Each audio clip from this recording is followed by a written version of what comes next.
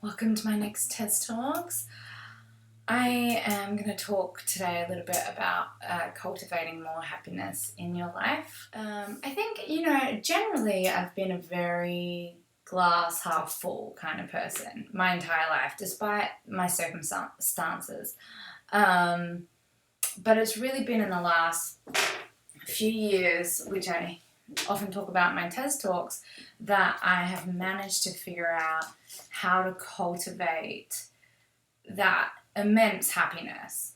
And, the key, as I always say, is sourcing it from an internal spot rather than external. I've come to that place from a lot of reading, a lot of adversity, and just having no other option but to go in. And that's actually a really beautiful position to be put in, even though at the time it feels horrendous. It's actually such an incredible gift. So I was doing an interview today, and the interviewer was like, how do you handle the adversity in your career and, the ups and downs? And I was like, well, really, I don't label it as adversity. I say sometimes you hit bumps in the road, and typically these are bumps in the road because you have an expectation of how life is going to be. And then when it goes a little left of center and it goes a little off your plan, then it kind of throws everything off kilter, and you often freak out and have an emotional experience to it, and all of a sudden you are in this downward spiral. So I have really been trying not to have a lot of expectations of how something's going to turn out, how my life is going to go. And, I've been thrown things in my life left, right, and center, and it hasn't been what one would call a smooth experience for me, although I love everything that I've navigated through because it truly, I've used those as opportunities to find growth. So I thought I would do a Tez Talks today just on how do you actually become happier? People have asked me that before, what? I don't understand. It's one thing to say, just source it from an internal place. You don't need to source it from anything external. But how do you live in such, Mark and I call it evolved self. How do you be evolved self, but then ground it and bring it down to the earth where, we have to make money and we have to be under this government and we have so many hurdles getting thrown at us left, right, and center that it's not so easy just to be Zen mama all the time. And so, that for me, I'm all right, well, it's a balance. If you can try and live in your higher self for the most part, then fantastic. But how do you begin that? And so I just kind of wanted to talk a little bit about finding more mindfulness in your life and where do you start? So I wrote down a few little notes just to help me.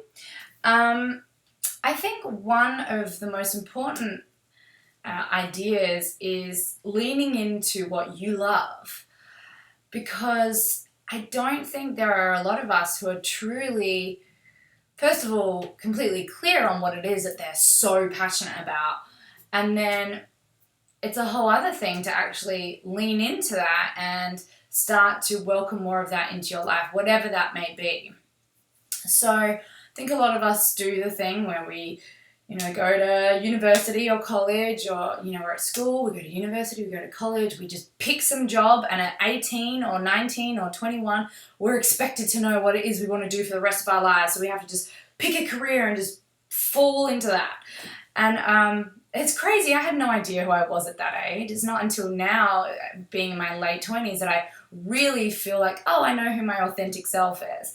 So I think if you're one of these people who have just gotten into this career and you're not feeling that satisfaction, and it's on you to find that, to cultivate that in some other aspect of your life.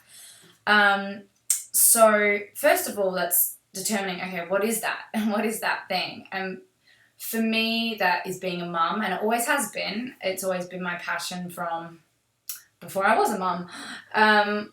So, for instance, I am acting and I love acting, and it's definitely a passion of mine, but it's not my first and foremost passion or priority. Being a mama is. So I thought, all right, how can I do that? But I have to remember ground it, which means how do I do that and live in society? Okay, so I need to make money. So if I want to be doing less movies to do more of the being present with my son and being a mama, how can I then still pay my bills and do that? So what I've decided is, I know I'm going to move into the motherhood world, and I'm starting Your Zen Mama, which is a website for mums out there.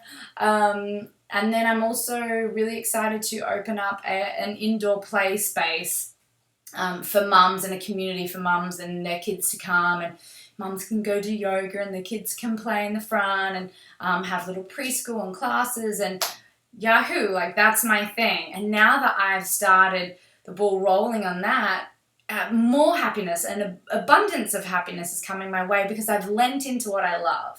So it's almost like take a personal inventory of yourself, and where do you feel good? Is it going outdoors in nature? Is it exercising, eating healthy? Do you want to start a blog, a wellness blog? Do you want to become a masseuse? Anything that you are passionate about, do more of it. It doesn't mean you have to make money from that thing, but just spend your downtime doing more of it, because it's only going to bring you more happiness. So, and even if it's an unattainable goal, or you deem it, please don't label it as unattainable, but if you look at it as, this is so unattainable, start manifesting. Like really get that. I mean, I have like a whole pile, see these here, books. This is all like manifesting. This is journaling and writing out my dreams, my goals, and my hopes. And I have ones from like 2005. I have a book from like 2001. This is my 2001 journal, and in it, like I'm just constantly talking about like I want to be an actress. I want to move to Los Angeles. This is what I'm going to do. I'm going to start working. And this to me is like my manifesting. This is all the stuff that I've actually put out there into the universe. I've written it down, and I'm sending that message out saying, hey, this is what I want for my life. I'm going to focus on this and stay on this path to attaining that. So, yeah, doing some more of the manifesting, doing a manifest board, even just having that out in front of you, those goals to actually visibly see, okay, this is where I want to travel this year. I want to buy this kind of house. I want to have 4 children. I want to work with so-and-so. Just having it every day in front of you, I think, is just also a motivational thing too. So I believe in doing that. Finding out what your passion is, leaning more into that is another way to find a lot of happiness. And then also another thing that I do is finding those triggers within me that triggers fear or anxiety. So for me personally, that's like the sense of being out of control. If I'm feeling out of control, I start to be like, and the wheels start turning, and then I'm like, oh my God, what if this happens? Or, oh my God, if that happens, then, in 3 years from now, my life is going to be totally different than what I expected. And again, it's like having these expectations, not being in the moment, and allowing these little mind movies to trick us and to bring us into this low vibrational space of fear and anxiety and worry. So what I sometimes do is right before bed, and this moves right into my next thing, which is like developing your intuition. So right before bed, what I do is if there's any little niggling fear or anxiety or anything going on, I will write it down. And I'll say, I'm nervous about this thing. I'm worried about this thing. And sometimes I even say right before bed, like, please intuition, please like high conscious, like help me get into this and figure out some answers. And even just the practice of writing it down and like removing the energy from my body is so healing in and of itself. And oftentimes, especially if I do it right before bed, I sleep better. And then in the morning, I feel like I have so much more clarity. And they say that your intuition is so intensely spot on the first minute you wake up. And that's why I always ask myself these questions right before I go to sleep. More times than not, I'll dream about it. I'll have these really intense dreams, like navigating through this issue that I'm dealing with. And then in the morning, I have such clarity. And that's also another great tool that you can use. Gosh, I have so many more, but we're like almost out of time. Okay, relinquishing control. This is a big one for me because I had a life which felt very out of control as a teenager, and then going into an industry that you really have no control. I have a tendency to want to control everything. And so relinquishing that control and just letting go and truly just allowing experiences to happen to you without judging them, without fearing them, just truly staying present and experiencing what it is that comes your way. And I really call mindfulness, because when you're in something, you're just there and present and not allowing the little thoughts and the little like we say like the jury or the like little committee that goes on inside your mind. It's like they're all saying these different things. If you can switch off and not listen to that and just like sit and be present, it's very challenging.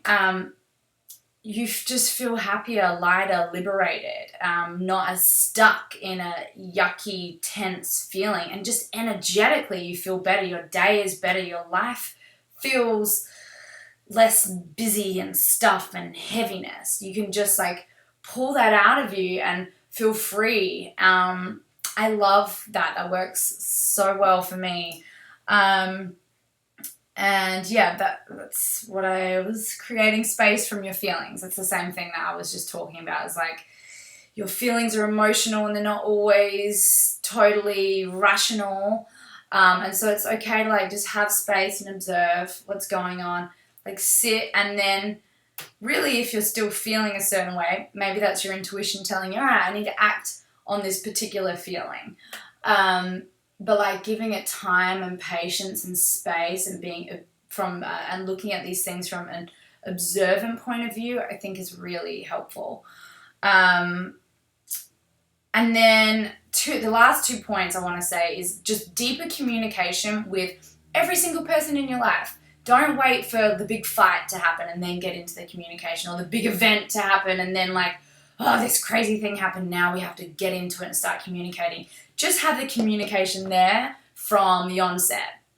Just have that like deep level type of communication and just get real with one another, vulnerable and intimate. And more times than not, you're not going to be faced with a huge big issue because you've really been dealing with it as you go along.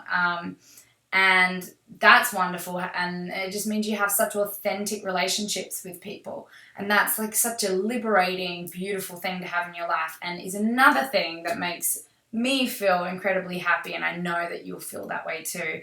And then the last 2 things is gratitude list. Such an important one for me. I write everything I'm thankful for. And sometimes if I don't have something going on before bed, that I want to write down and have my intuition help me figure out during my dreams, I will write my gratitude list, and I'll write 20 things that I'm so grateful for. And it's so amazing to like check back in and remember like, wow, you guys watching this video right now, we are better off than the majority of the world. And we're just lucky. We're just lucky and grateful. And we have to remember to stay in that place. And then lastly, another way to cultivate more happiness is giving back. Giving back every day in whatever way you can do. It can be the smallest way, but just giving back. Okay, I'm literally at 15 minutes. And someone's calling right now. I don't know who that is. But yeah, thank you so much. You are amazing. I had to talk really, really fast because I had so many things I wanted to cover, but I hope you found it helpful in some way.